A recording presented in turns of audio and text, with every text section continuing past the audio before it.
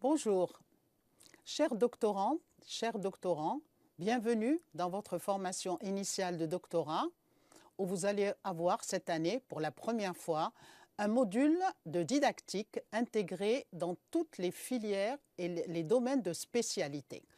Vous allez vous poser la question certainement de savoir pourquoi la didactique. C'est l'objet de notre première conférence et je vais vous expliquer pourquoi on a intégré la didactique cette année dans votre formation doctorale. Je m'en réjouis parce qu'elle va vous aider à entrer dans le monde de la recherche, à investir le monde de la recherche et développer vos compétences de chercheur. Il faut souligner, c'est vrai, que la didactique, elle est déjà connue dans certaines formations doctorales, comme celle des formations de doctorat en langue. Il y a la didactique de l'arabe, la didactique du français, la didactique de l'anglais, la didactique du tamazight, de l'espagnol, et j'en passe. La didactique existe aussi dans les formations doctorales dans les ENS, par exemple en sciences humaines, en sciences exactes, en sciences de la nature et de la vie. Elle existe également dans les filières, par exemple, des sciences de l'éducation. Mais dans les autres filières, par exemple les domaines de spécialité comme mathématiques, informatique, microbiologie, sociologie, toutes les filières sciences économiques, de la gestion, c'est la première fois que vous allez voir intégrer la didactique. Donc, cette première conférence, elle se charge de répondre à vos questions. Pourquoi la didactique? Quel est son objet? À quoi sert-elle? Quel rôle joue-t-elle dans la formation doctorale? Et surtout, en quoi elle peut vous servir? Il est vrai que le module de didactique, il est intégré avec 3 autres modules transversaux, comme celui de la philosophie, de l'anglais et des technologies de l'information et de la communication. Pour répondre à cette question, donc, on va voir comment s'organise cette formation de didactique pour cette année. Alors, d'abord, répondre à cette question, ce qui fait que nous allons voir d'abord la question, pourquoi la recherche? Pourquoi la didactique dans la recherche? Quel est son objet? Surtout, qu'est-ce qu'elle peut apporter aux doctorants, toutes filières confondues, et quel rôle joue-t-elle dans la recherche doctorale? Il faut savoir que c'est un module d'accompagnement dans la recherche. Donc, il existera aux côtés d'autres modules que vous aurez dans votre spécialité.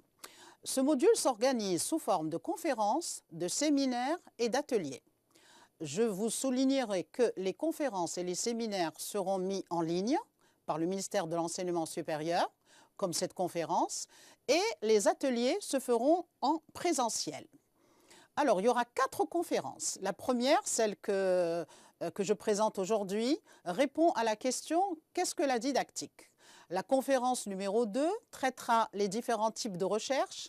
La conférence numéro 3, elle tournera autour des écrits scientifiques, leurs caractéristiques, le discours académique, surtout vous apprendre donc à écrire, à entrer dans le monde de l'écriture scientifique.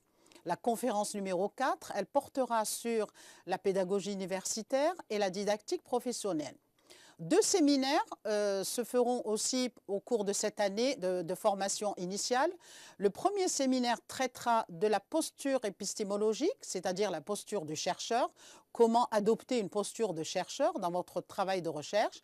Le séminaire numéro 2, il traitera de l'intégrité scientifique et l'évaluation. L'intégrité en tant que processus dans la fiabilité des résultats, dans l'expérience, dans les réponses, par exemple le traitement des questionnaires, etc.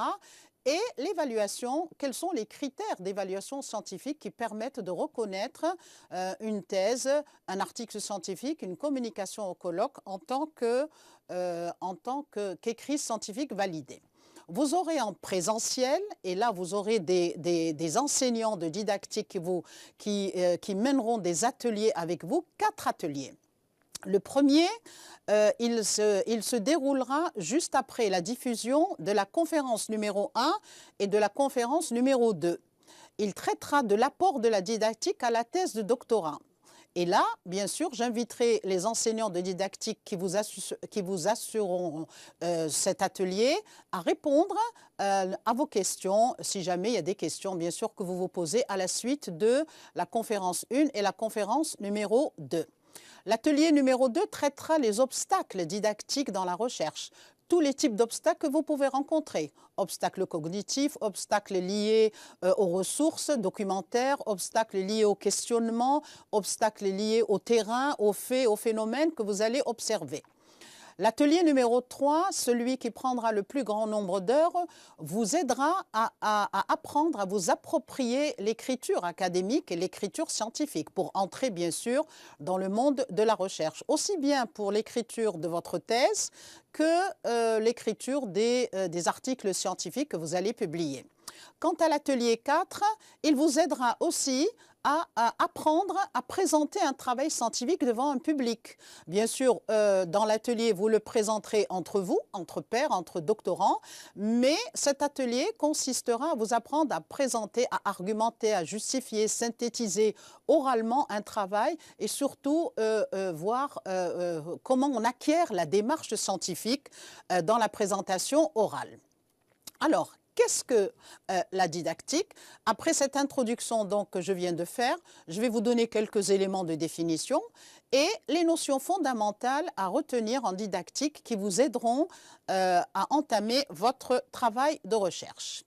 Première définition, la didactique, il faut savoir que c'est une discipline de recherche. Vous verrez en gras des mots, les mots-clés. Elle analyse son objet consiste à analyser quoi? Elle analyse des contenus en tant que savoir savant et savoir théorique. On va voir après qu'est-ce que c'est qu'un savoir savant, qu'est-ce que c'est qu'un savoir théorique. Dans quel but? Dans le but de les transposer, voilà un deuxième mot-clé que nous verrons tout à l'heure, en savoir à enseigner. Exemple, durant votre parcours universitaire, aussi bien en licence qu'en master, par exemple, vous avez eu comme polycopié de cours ou intitulé de module « Introduction à la sociologie »,« Introduction à la microbiologie »,« Mathématiques en économique gestion »,« Introduction au droit constitutionnel ». Ça, c'est des exemples de cours, de polycopiés, d'ouvrages que vous avez consultés durant votre parcours, aussi bien en licence qu'en master. Eh bien, là, ce genre de polycopier ou de cours ou d'ouvrage, il y a eu un travail de transposition. Ce sont des savoirs savants qui sont expliqués et transformés en savoirs à enseigner. Ces savoirs à enseigner, dans le cours lui-même, dans l'ouvrage lui-même, seront transposés, une deuxième transposition, en tant qu'objet d'enseignement et d'apprentissage. Pourquoi on parle d'enseignement et d'apprentissage? Parce que c'est les deux mots-clés qui gèrent le champ disciplinaire de la didactique. Autant il y a un objet d'enseignement, donc obligatoirement il y aura apprentissage. Donc il y a tout un processus qui fait qu'il y a une transformation de ces objets d'enseignement pour qu'ils soient appris. Donc ce que vous devez retenir, il y a une double transposition. Ce qui spécifie donc la didactique, c'est la focalisation sur les savoirs savants et qui sont transposés en savoir à enseigner. Vous-même, vous allez les transposer dans votre thèse de manière à les expliquer, à les démontrer et bien sûr dans leur relation en termes d'enseignement et d'apprentissage. Alors, on vient de dire qu'elle s'intéresse au savoir savant. Qu'est-ce que c'est qu'un savoir savant? C'est un savoir qui relève du domaine de spécialité. C'est un savoir de référence, un savoir qui est reconnu, validé et partagé par les pairs. Qui sont les pairs? C'est par exemple la communauté de chercheurs qu'on peut qualifier d'experts. Un savoir qui est utilisé en même temps dans la recherche et pour la recherche. Vous l'utilisez dans la recherche, par exemple, si vous êtes en chimie, en microbiologie, en mathématiques, en physique, en sociologie, vous allez récupérer des savoirs savants à partir d'ouvrages de référence, d'articles de référence pour les traiter dans votre recherche, donc pour la recherche. Et en même temps, ce savoir savant, il fait l'objet, bien sûr, du discours dans le domaine du travail. C'est normal, des médecins entre eux, des architectes entre eux, des juristes entre eux, des sociologues entre eux utilisent ce savoir savant pour discuter donc de phénomènes de recherche. J'ai pris quelques exemples de savoir savant à partir des formations doctorales qui ont été validées cette année par le ministère de l'Enseignement supérieur et de la Recherche scientifique. Par exemple, si vous faites en MI, en mathématiques informatiques, des recherches doctorales sur les équations de Navier-Stokes, par exemple, le théorème de Noether, le paradoxe de Russell, voilà ce qu'on appelle un savoir savant. Si vous êtes en physique, vous faites un travail de recherche en physique, physique théorique ou bien physique quantique, le boson de Higgs, le diagramme de Phénam, l'équation de Schrödinger, par exemple, tout ça, c'est ce qu'on appelle des savoirs savants. Si je vais dans le domaine des sciences économiques, la notion de capital, la notion de circuit économique, la notion de PIB, produit intérieur brut, l'indice de Herfindahl-Hirschman, par exemple, la notion de transaction, de marché. Quand vous allez entamer un travail de recherche, vous n'allez pas chercher ces mots dans un dictionnaire courant pour les expliquer dans votre thèse. Vous allez recourir, c'est ce qu'on appelle, c'est pour ça qu'on les appelle savoirs savants, vous allez recourir à des spécialistes, des ouvrages de référence, des revues, des articles de revues de référence pour les expliciter. Idem pour les sciences juridiques. Quand je fais un travail de recherche, un doctorat en travail de recherche, je travaille sur la notion de constitution, la notion de responsabilité, la notion de contrat, la notion de propriété, la notion de contentieux, la procédure d'exéquatur. Tout ça, on ne va pas chercher ces notions à les expliquer dans sa thèse par le biais de dictionnaires ou même de ressources numériques de vulgarisation. On va vers les auteurs de référence. Dans les autres domaines, par exemple en chimie, la notion d'isomérie, la tectonique moléculaire, les mimes peptidiques, les hélicènes, c'est pour ça qu'on les appelle savoirs savants. Il n'y a que les experts, que les spécialistes qui se partagent ce genre de savoir. En électronique, par exemple, la constante de Boltzmann, la notion de système embarqué. Il y a dans vos formations doctorales la notion de système embarqué, la loi d'Ohm, par exemple.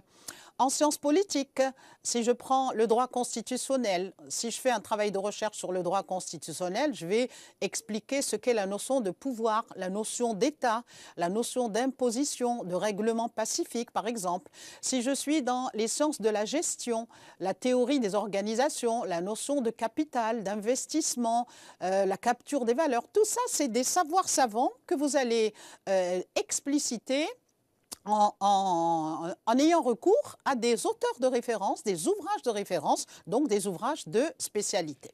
Bien, donc, deuxième définition, la didactique, c'est une discipline d'intervention. Intervenir, c'est ça votre rôle en tant que doctorant.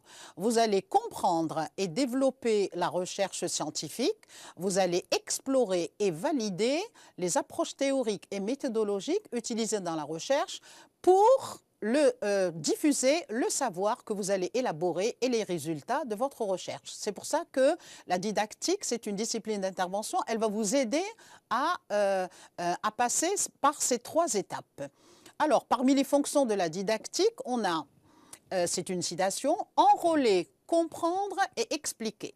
En quoi consiste l'enrôlement? L'enrôlement, c'est une fois que vous avez saisi, par exemple, votre objet de recherche, vous avez circonscrit le domaine dans lequel vous voulez intervenir, vous allez être engagé, vous allez intégrer ce domaine en faisant des actions concrètes. Quelles sont ces actions?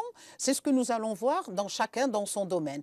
Vous allez comprendre un phénomène, un fait, vous allez en saisir les mécanismes, vous allez construire des liens entre des éléments, par les lectures que vous allez faire, par les choix, par des sélections que vous allez faire.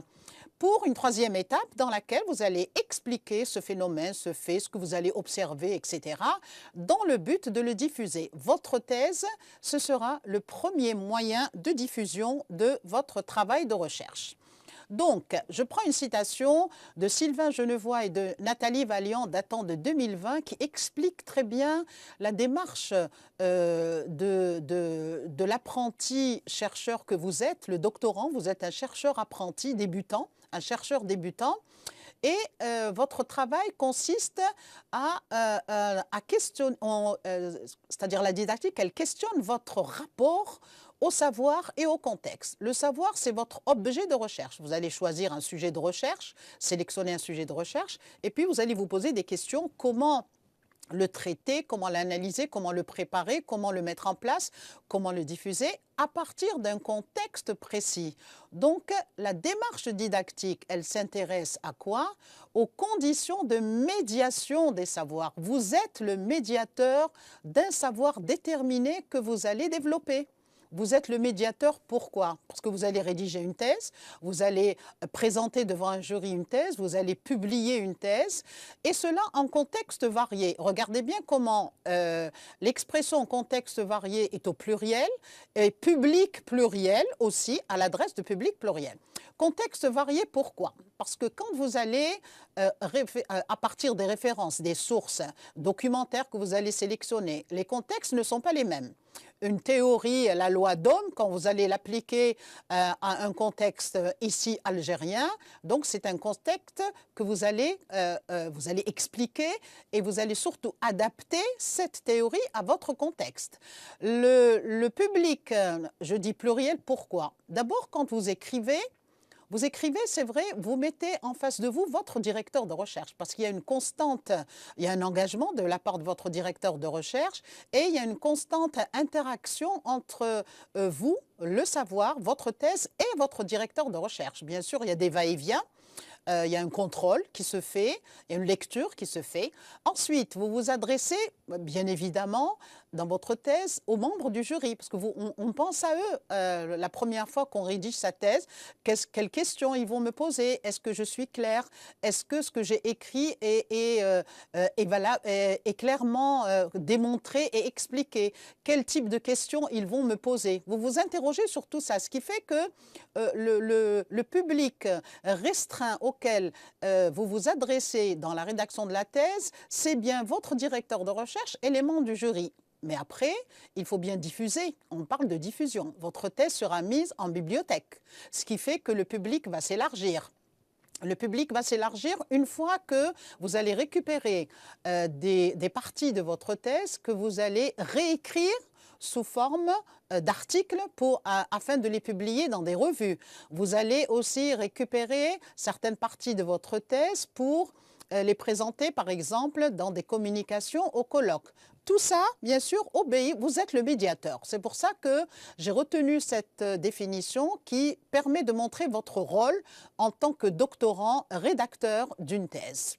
Alors, une autre définition qui vous permet de comprendre en quoi ça consiste, quelles sont les actions que vous allez mener. C'est cette définition de la didactique qui va vous montrer les différentes étapes que vous allez faire pour votre travail de recherche.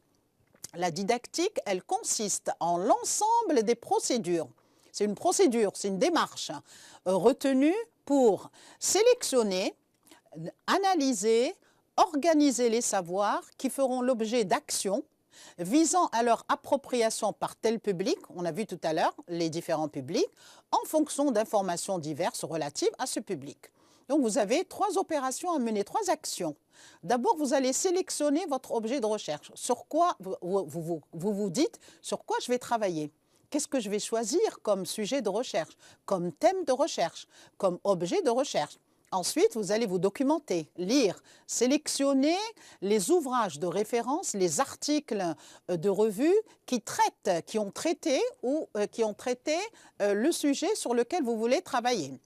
Ensuite, vous les analysez parce que vous ne pouvez pas tout lire, vous ne pouvez pas tout réceptionner. La sélection en fonction de votre objet de recherche, elle se fait aussi en analysant ces ressources documentaires.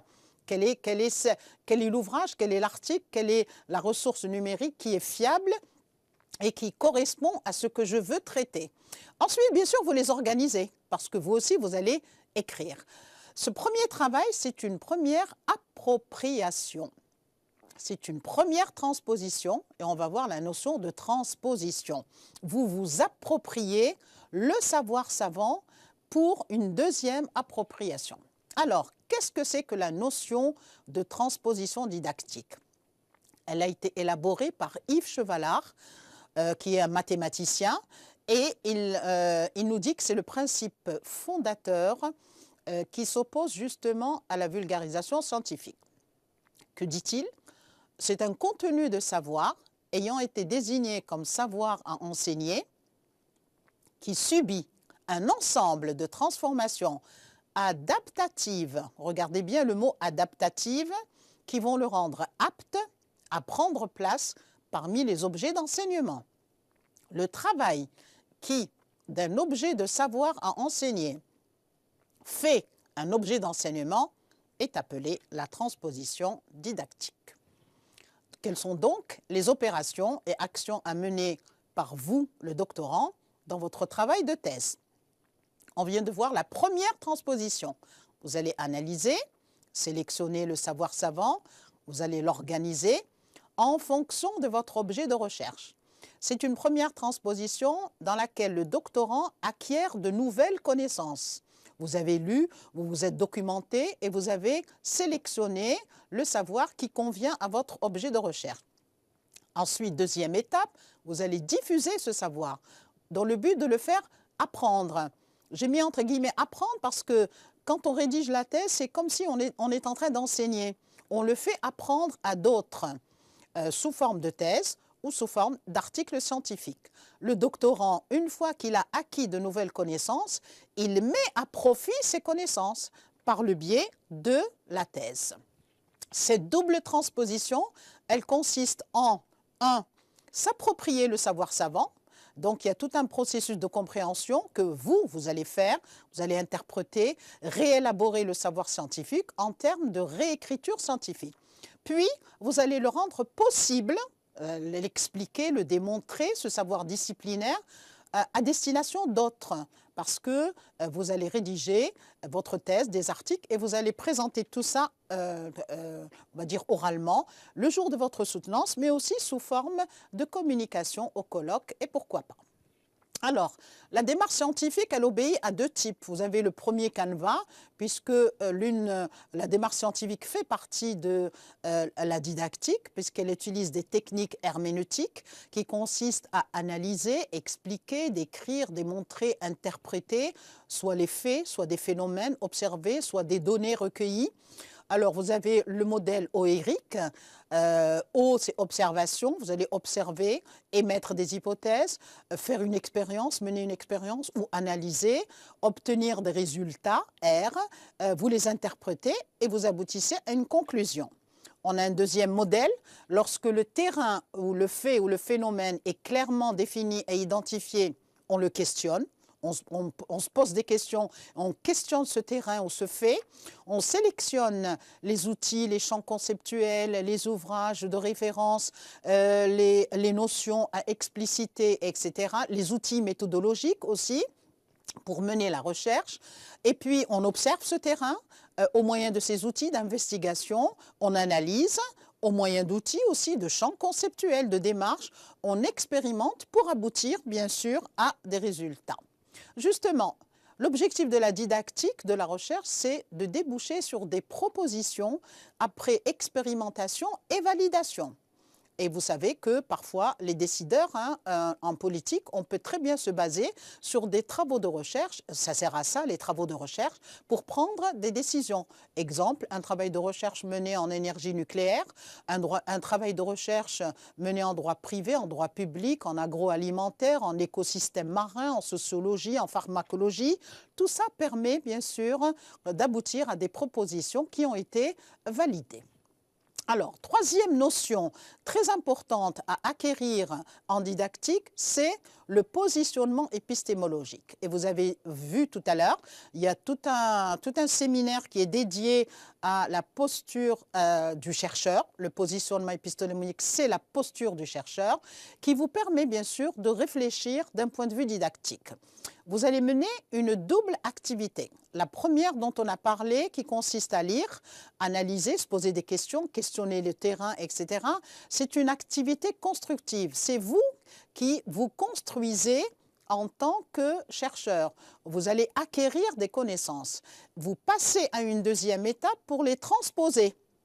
Transposer les champs conceptuels dans votre recherche.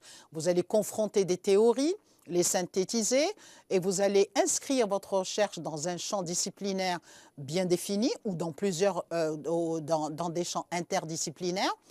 Et le tout, bien sûr, pour produire des argumentations solidement étayées. Tout ça, c'est une activité productive, c'est votre thèse. Votre thèse fait partie donc de cette deuxième activité. Alors, ce positionnement épistémologique, je ne vais pas trop le détailler puisqu'il y aura un séminaire qui sera dédié à ça, mais simplement quand même, je vous explique en quoi ça consiste. Eh bien, ça permet de voir comment le chercheur s'implique dans sa recherche. On s'implique, bien sûr, c'est un travail scientifique avec objectivation, mais quelquefois, on se pose des questions. Est-ce qu'on peut s'impliquer de manière objective? Oui. Alors, il y a deux ou trois possibilités. Soit on est en proximité, c'est une posture, bien sûr, constructiviste, et c'est la manière de résoudre les problèmes à étudier, comment on les étudie, comment on confronte les données, comment on croise les approches aussi pour traiter. C'est ce qu'on appelle l'intelligence de la tâche. Votre tâche de chercheur, votre tâche à partir de l'objet de recherche, c'est là où on va voir votre posture de chercheur. C'est ce qu'on appelle aussi le geste. Le geste, je l'ai mis en italique pour que vous puissiez comprendre qu'il s'agit de l'attitude dans la construction du savoir et dans l'élaboration.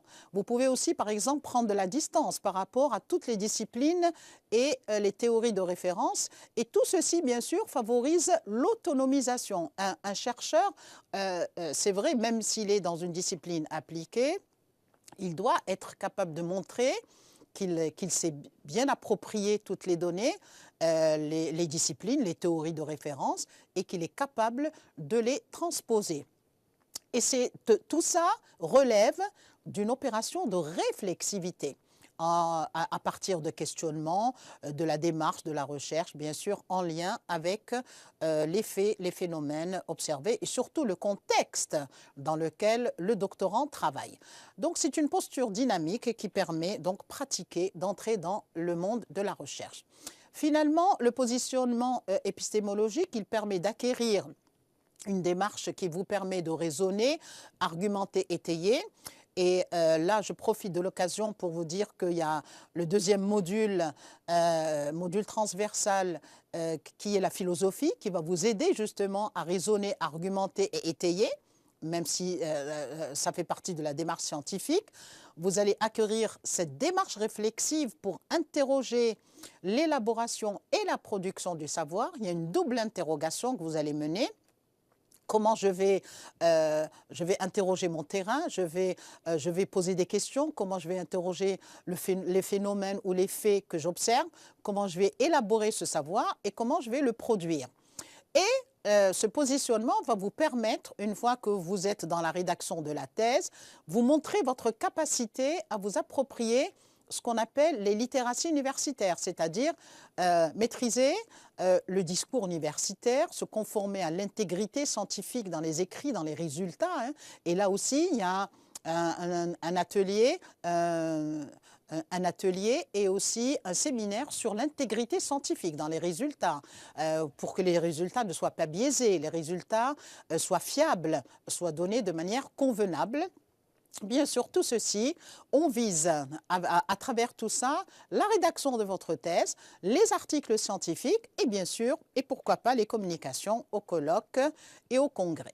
Bien, là, je vais vous montrer la différence entre la didactique et la pédagogie parce que bon nombre de personnes ont tendance à confondre les deux et dire que la didactique, c'est de la pédagogie. Pas du tout. Alors, la didactique, c'est une discipline de recherche. Elle met en place des théories, tandis que la pédagogie, c'est une discipline appliquée. Elle applique des théories de psychologie, de pédagogie, etc.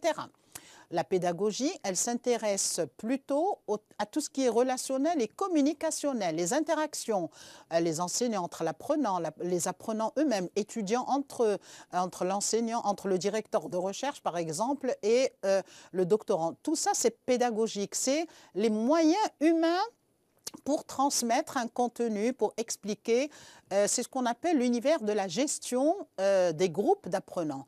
Tandis que la tâche de la didactique, non, elle se focalise, comme on l'a dit tout à l'heure, sur les contenus, sur les savoirs savants, dans le but de les interroger, d'interroger les notions et les concepts qui peuvent servir à la recherche, comment les confronter, etc. Donc, c'est plutôt sur les savoirs à diffuser, les savoirs savants. Et son objectif, c'est de produire des argumentations, comme on a dit tout à l'heure, solidement étayées et surtout cohérentes, susceptibles, bien sûr, d'orienter les pratiques d'enseignement. Pourquoi on vous parle de pratiques d'enseignement aujourd'hui? Parce que vous êtes doctorant et vous vous destinez certainement à enseigner à l'université. Eh bien, une fois que vous avez intégré la didactique en tant que discipline de recherche dans votre parcours de doctorant, il vous sera aisé plus tard, en entrant dans le monde de l'enseignement, d'aller sélectionner les savoirs savants, de les transposer en savoir à enseigner, de les expliquer convenablement et de les adapter à votre public. Bien. Alors, pour résumer, que doit-on retenir de la didactique? Nous venons de dire que c'est une discipline de recherche. Elle vous permet d'entrer dans le monde de la recherche. Vous avez vu grâce à quoi? Grâce à les questions, les lectures, la documentation, la sélection, l'analyse.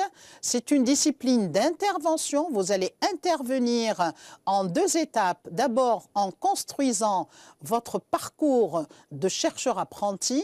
Comment vous allez sélectionner, comment vous allez analyser, qu'est-ce que vous allez lire, comment déjà choisir son sujet de recherche. Même là, c'est une intervention. Ensuite, elle vous permet bien sûr d'acquérir les différentes démarches scientifiques que vous connaissez, puisque vous êtes déjà passé par un master qui vous permet une ébauche de la recherche scientifique. Alors, pour répondre à vos questions, parce que certainement à la suite de cette première conférence « Qu'est-ce que la didactique ?», je vous invite à vous rapprocher des enseignants de didactique de la cellule de suivi doctoral que vous aurez dans vos établissements universitaires, dans les universités et les écoles. Et puis, vous avez dans le référentiel de didactique que le comité de suivi doctoral a dû recevoir, référentiel de didactique, vous avez les membres experts du comité pédagogique national de didactique qui pourront vous répondre à vos questions. Il y a leur nom, il y a la région ouest, la région centre et la région est. Et puis moi-même, voici mon mail, si vous voulez, bien sûr, si vous avez des questions à poser, je n'hésiterai pas à répondre à vos questions. Je vous remercie infiniment de votre attention et vous souhaite une très bonne année initiale de doctorat et puis bienvenue dans le monde de la recherche. Merci.